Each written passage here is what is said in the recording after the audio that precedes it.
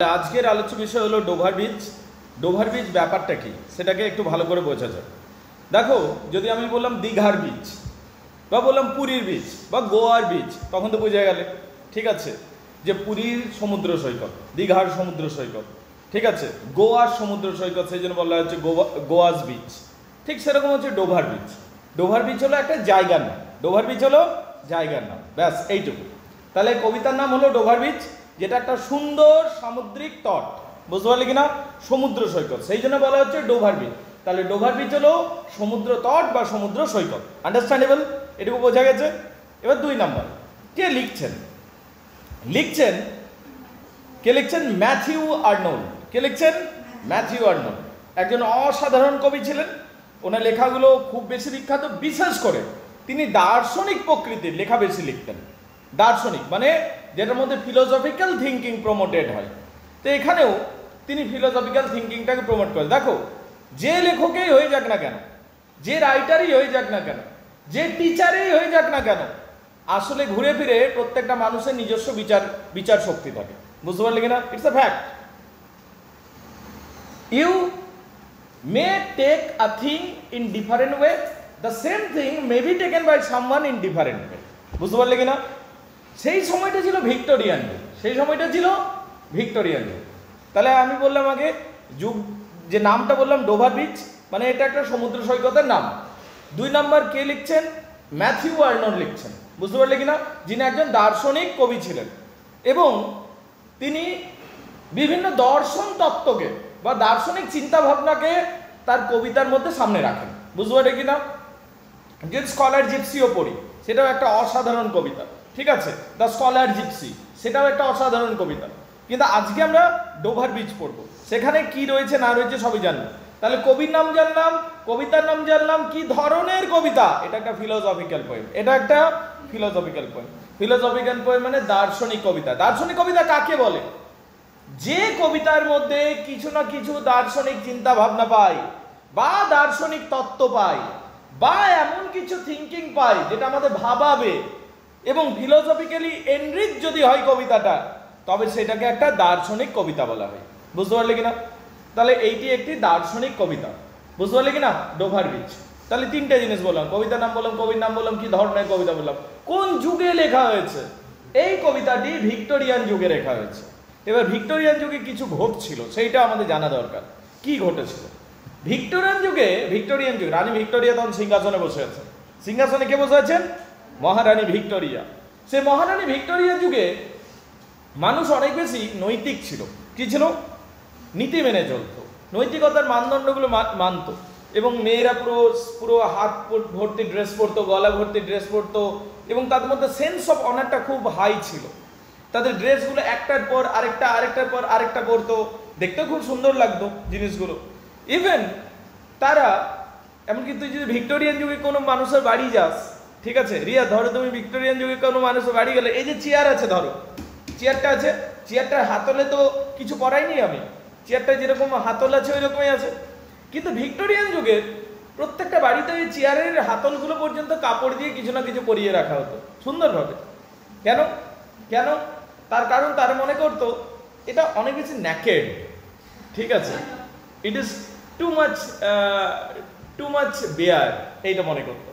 মানে এতটাই চেয়ারকে পর্যন্ত ওরা ঠিকঠাক সভ্য ভাবে রাখতো। তো এইরকম ছিল যুগটা, এবং মানুষ অনেক বেশি নীতি, কোনটা ঠিক কোনটা ভুল এগুলো ভাবতো। হঠাৎ করে একটা ঘটনা ঘটে গেল। 1859, the origin of species by means of natural selection, the origin of species by means of natural selection, ডারউইনের বই প্রকাশিত হলো। ডারউইন, চার্লস ডারউইন একটা বই প্রকাশিত করে দিল। ওখানে একটা থিওরিকে সামনে রাখলেন। ওই থিওরি অনুযায়ী মানুষের জন্ম কোনো বাইবেল থেকে হয়নি। যেরকম মানুষের জন্ম বিশ্বাস করা হতো সেই যুগে, যে বাইবেল থেকে হয়েছে, যে মানে বাইবেল থেকে মানে বাইবেলের কথিত বা বর্ণিত গল্প থেকে হয়েছে। কিরকম? যে গড বানিয়েছেন অ্যাডাম এবং ইভ, এক খণ্ড মাটি, এক টুকরো মাটি নিলেন, সে মাটিকে দিয়ে তিনি অ্যাডাম বানালেন, এবং অ্যাডামের একটা হাড় এবং অ্যাডামের কিছুটা মাটি নিয়ে তিনি ইভ বানিয়েছিলেন। এই থিওরি আমরা বাইবেলে পাই। কোথায় পাই? মানুষ এই থিওরিতেই বিশ্বাস করত এবং তারপরে বাইবেলের প্রত্যেকটা গল্পকে বিশ্বাস করত। কিন্তু যখন the origin of species by means of natural selection বেরিয়ে গেল, অ্যাডাপশন থিওরি বেরিয়ে গেল, এভলিউশন থিওরি বেরিয়ে গেল, এই সমস্ত থিওরিগুলো বের করে দিল চার্লস ডারউইন এবং প্রমাণ করে দিল যে মানুষের জন্ম কোনো ওই ঈশ্বর তত্ত্ব থেকে নয়, বরং মানুষের জন্ম মাটি থেকে। এবং মানুষের জন্ম যেটা বিশ্বাস করা হতো যে মানুষের জন্ম মাটি থেকে হয়েছে এবং গড বানানো হয়েছে, এই যে ঈশ্বর তত্ত্বটা ছিল বা রিলিজিয়াস ডক্টরাইনটা ছিল, এইটা যেটা ছিল সেটাকে ভেঙে দিল Charles Darwin the origin of species by means of natural selection দিয়ে।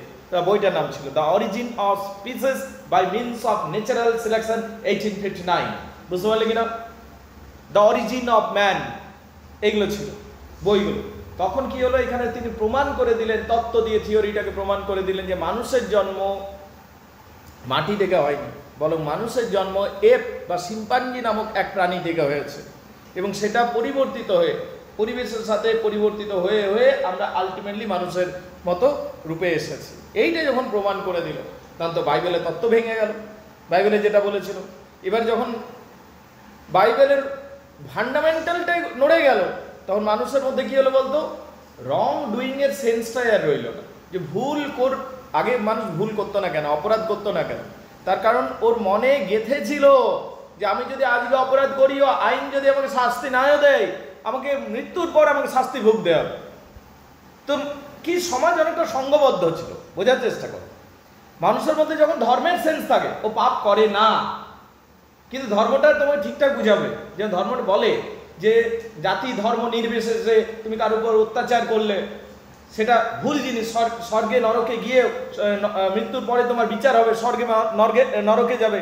এই তত্ত্বগুলো প্রত্যেকটা ধর্ম, মোস্ট অফ দ্য রিলিজিয়ন বলে যে যে ধর্মেরই মানুষ হোক তুমি যেন অত্যাচার না করো, বলে কিনা? তো এইটা প্রত্যেকটা ধর্মে বলে, বাইবেলে বলা হয়েছে এটা, যে বাইবেলে বলা হয়েছে পরিষ্কারভাবে যে অত্যাচার করো না কারো উপর টর্চার করো না। কিন্তু যখন এইটা প্রমাণিত হয়ে গেল যে ঈশ্বরের দ্বারা তৈরি হয়নি মানুষ, অ্যাডাম ইভের মাধ্যমে আসেইনি মানুষ, তখন সবাই ডিসবিলিভ করতে শুরু করলো বাইবেল থিওরিকে। বুঝতে পারলে বিষয়টা? ফলস্বরূপ কি হলো, মানুষ বুঝে গেল যে মৃত্যুর পর তার কিছু নেই। মৃত্যুর পর যখন কিছু নেই, তাহলে আর কিসের ভয়?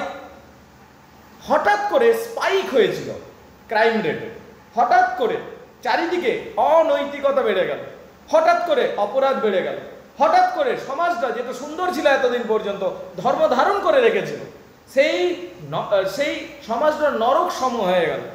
কারণ শুধু মানুষ টাকা পয়সা বুঝতে শুরু করলো, ম্যাটেরিয়ালিজম বুঝতে শুরু করলো, স্পিরিচুয়াল থেকে ডিটাচমেন্ট চলে এলো, মানুষ সর্বোপরি ক্রাইম করতে শুরু করলো, মানুষ সর্বোপরি টর্চার করতে শুরু করলো, মানুষ এক্সপ্লয়টেশনের উপর জোর দিয়ে দিল। তার কারণ বুঝলো পৃথিবীতে এসে সুখ ভোগটাই আসল, আর মৃত্যুর পথে কিছু হয় না, নরক তরকের কনসেপ্টটাই মিথ্যা।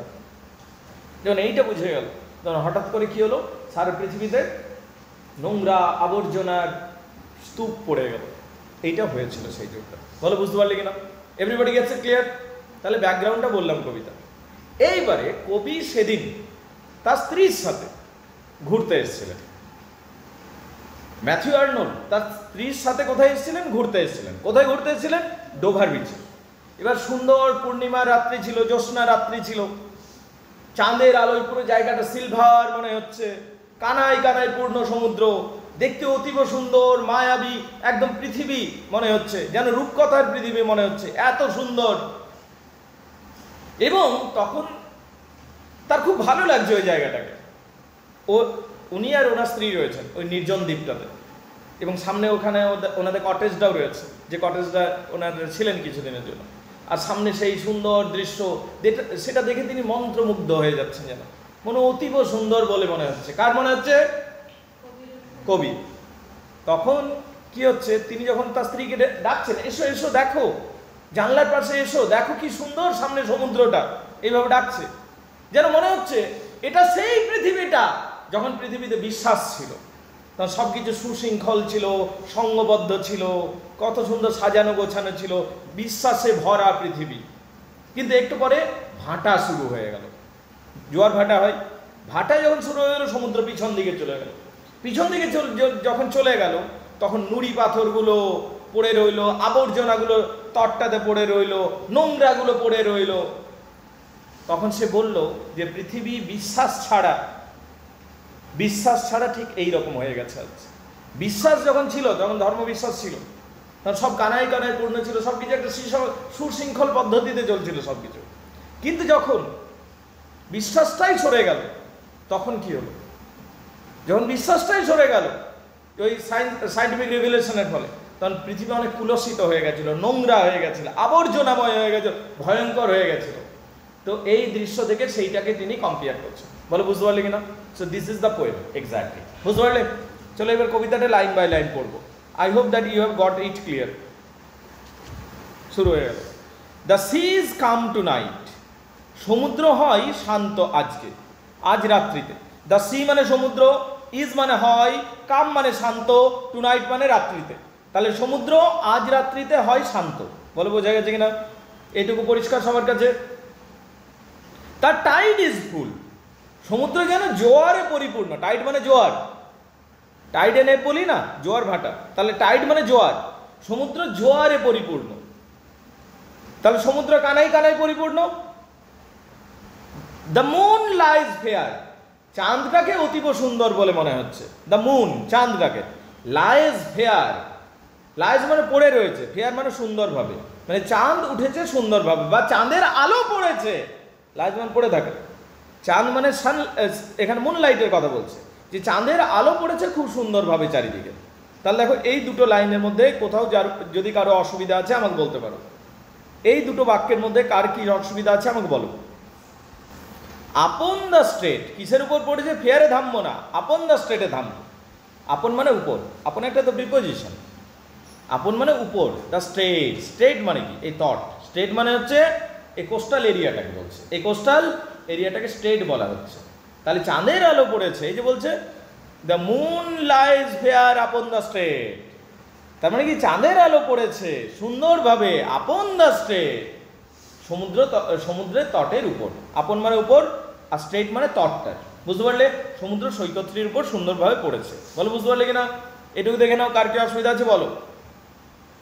Everybody gets it clear? বুঝতে পারলে? On the French coast the light gleams and gone. On the French coast, ফ্রান্সের দিকের যে সমুদ্র তটটা রয়েছে, ওখান থেকে দেখা যাচ্ছে ফ্রান্সটা, ফ্রান্সের দিকের যে সমুদ্র তটটা রয়েছে ওখানে আলো কমতে শুরু করেছে। The French coast, on the French coast মানে ফ্রেঞ্চ কোস্টের উপরটাতে। বুঝতে পারলে? ফ্রেঞ্চ কোস্ট মানে ফ্রান্সের সমুদ্র তট। কোস্ট মানে কি? কোস্টাল এরিয়া, সমুদ্রবর্তী এরিয়া। তো এই যে বলছে অন দ্য ফ্রেঞ্চ কোস্ট, ফ্রান্সের সমুদ্রবর্তী এরিয়া বা কোস্টাল এরিয়াটাতে কি হয়েছে? দ্য লাইট গ্লিমস, আলো মিটমিট করছে। লাইট মানে আলো, মিটমিট করছে মানে অন্ধকার হচ্ছে, সন্ধ্যা হচ্ছে। অ্যান্ড ইজ গন, এই তো বলতে বলতে চলেও গেল, আলোটা চলেও গেল। তাহলে দেখে নাও এই পর্যন্ত। অন দ্য ফ্রেঞ্চ কোস্ট, ফ্রান্সের তটে, যেখান থেকে ওখান থেকে দেখা যাচ্ছে ফ্রেঞ্চের তটটা দেখা যাচ্ছে, গ্লিমস, লাইট গ্লিমস, আলোটা মিটমিট করছিল। অ্যান্ড ইজ গন, চলেও গেল, আলোটা চলেও গেল। দ্য ক্লিপ, ক্লিপ মানে কি বুঝতে হবে? ক্লিপ মানে বড় চাট্টান, বড় পাথর। বুঝতে পারলে কিনা? খাড়া পাহাড়, ওটা ক্লিপ বলে। একটা পাহাড় এমনি হয়ে দাঁড়িয়ে আছে এবং এটার চারিদিকে মানে একটা খাড়া পাহাড়, সেটা হচ্ছে ক্লিপ, সেটা হচ্ছে ক্লিপ, সেটা হচ্ছে ক্লিপ। বুঝতে পারলে কিনা? চেক। তাহলে দেখো, দ্য ক্লিপ, খাড়া পাহাড়, ওটা ক্লিপ বলে। খাড়া পাহাড়কে কি বলে? ক্লিপ। একটা পাহাড় এমনি শুধু থাকে, ওইটা নয়, চট্টানের মতো দাঁড়িয়ে থাকবে, পুরো খাড়া পাহাড়। সেই মাউন্টেন ট্রেকিং এর ট্রেনিংগুলো হয় যেখানে, বুঝতে পারলি? ওইটা খাড়া পাহাড় চাই, ক্লিপিং দরকার হয়। তো যাই হোক, এখানে একটা ক্লিপ আছে অন ইংল্যান্ড স্ট্র্যান্ড। ইংল্যান্ডের দিকটাতে ক্লিপিং আছে। কি আছে?